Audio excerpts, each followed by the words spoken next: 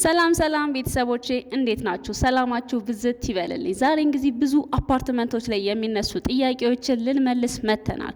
ብዙ አፓርትመንቶች ላይ ሳሎኑ እንዴት ነው? በቂ ነው ወይ? እቃዎችን ይችላሉ የሚል ጥያቄ ይነሳል። ይኸው ሰፊ ሳሎንና እቃዎትን ቢፈልጉ መጅሊሶትን፣ ቢፈልጉ ሶፋዎትን፣ ቲቪ ስታንዱን እዚህ ጋር ማስቀመጥ የሚችሉ እሺ መኝታ ክፍል ውስጥ እንዴት ነው? በቂ ብርሃን ንፋስ ያገኛል ወይ ለምትሉ ይኸው በቂ ብርሃን ንፋስ እንዲያገኝ ተደርጎ የተገነባና የጠዋቷን ፍካት የሆነች ፀሐይ በዚህ በመስኮቱ ቀጥታ ወደ መኝታ ክፍሎ ብራቀን የሚጀምሩበት እንዲህ ተስቦበት የተሰራ ኮለን የተዘጋጀለት ለቁም ሳጥን ማስቀመጫ እንዲሁም ባዝሩሙ ከነ መታጠቢያው ያሟላ ሲሆን እሺ የልጆችስ መኝታ እንዴት ነው ለምትሉ ይኸው እንደምትመለከቱት ሁለት የልጆች መኝታ ይህ የምትመለከቱትን በቂ ብርሃንና ንፋስ የሚያገኙበት ለልጆቹ ብራህ ቀን የሚጀምሩበት በእያንዳንዱ ክፍል ላይ ኮለን የተዘጋጀለት ለልጆቹም ቁም ሳጥን ማስቀመጫ እንደዚህ ብርሃን በሁለቱም ክፍሎች ላይ በቂ አየር የሚያገኙበት ነው እና የብዙዎቻችን የሴቶች ጥያቄ ሆኖ እሺ ኪችን ውስጥ እንዴት ነው? ይኸው ኪችኑንም እንደምትመለከቱት በቂ ንፋስ ብርሃን የሚያገኙበት እንዲህ ከአንድም 2 3 4 5 ሶኬቶች በፈለጉት ፖዚሽን የተዘጋጀ ንፋስ እንዲያገኙ ማንኛውም ነገር ቢያበስሉ ግድግዳው ይበላሻል፣ ቀለሙ ፌድ ያደርግብኛል የማይሉበት እንዲህ ንፋስ እያገኙ በቂ አየር እየተነፈሱ የሚሰሩበት ይኸው ውሃም እቤቱ ድረስ የተዘጋጀና የተዘረጋለት ይኸው የምትመለከቷት ይቺ የስቶር ወይም የእቃ ማስቀመጫ ክፍል ነች። ከፈለጉ ሶኬት አለው፣ የእንጀራ መጋገሪያ ክፍል፣ ላውንደሪ ክፍል የፈለጉትም ማድረግ ይችላሉ። ለምን የራሱ መስኮት አለው። ብርሃን ንፋስ ቢጋግሩም የማይሞቆት የማይበርዶት መልካም ቤት። ይኸው ይህ ደግሞ የምትመለከቱት ኮመን ባዝሩሙ ነው።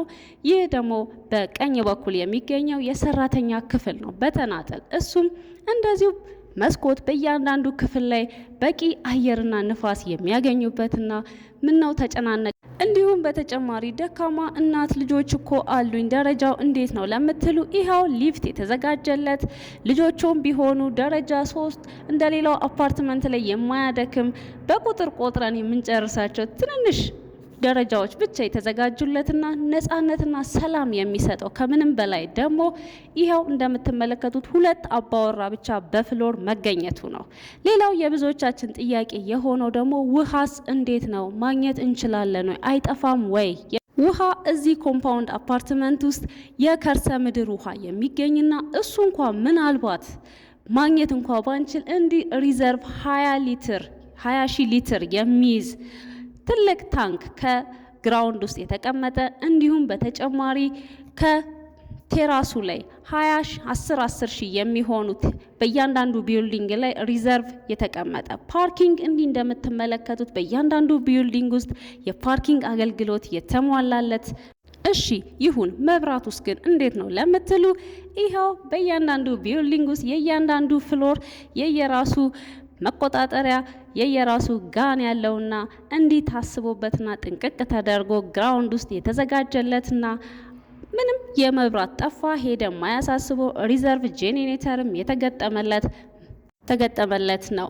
እሺ በዓል ሲመጣስ እንዴት ነው? የት ሄጄ ነው እማርደው? ብዙ አፓርትመንቶች ላይ የሚነሳ ጥያቄ ነው። ይህ የምትመለከቱት ግራውንድ ውስጥ የተገነባው ለእርድ ተብሎ ለሁለቱም እምነት ለምቢሆን በሁለት በተለያየ ፖዚሽን ላይ የተገነባው ለእርድ የሚሆን ማንኛውም በዓል ቢኖረን ድግስ ቢኖረን ፕሮግራም ቢኖረን የት ሄጄ ላሳርድ ወይ ደግሞ የት ሄጄ ልረድ ማይሉበት ይኸው ውሃ እዛው የተመቻቸለት ፕሮግራም እኮ ማታ ነው እንዴት ነው ግን ማብራት እዚች ጋር አይቸግረኝም ወይ ባትሪ ላብራ ማይሉበት መስመር ራሱ መብራት የተዘረጋለት እንዲህ ጥንቅቅ ብሎና ታስቦበት የተዘጋጀ አፓርትመንት ነው።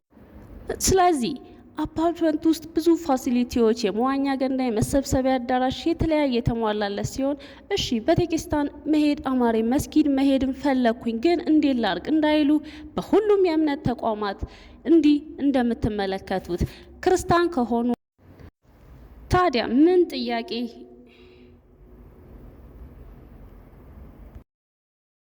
ጥያቄ ይኖሮታል? ይፍጠኑ። ከስር ባለችዋ ስልክ ቁጥር ይደውሉ። ሁሉን ጥያቄዎትን የሚመልስሎት ይህን የመሰለ 34,000 ካሬ ላይ የተገነባ ህንፃ የእርሶ ያደርጉ። ይደውሉ።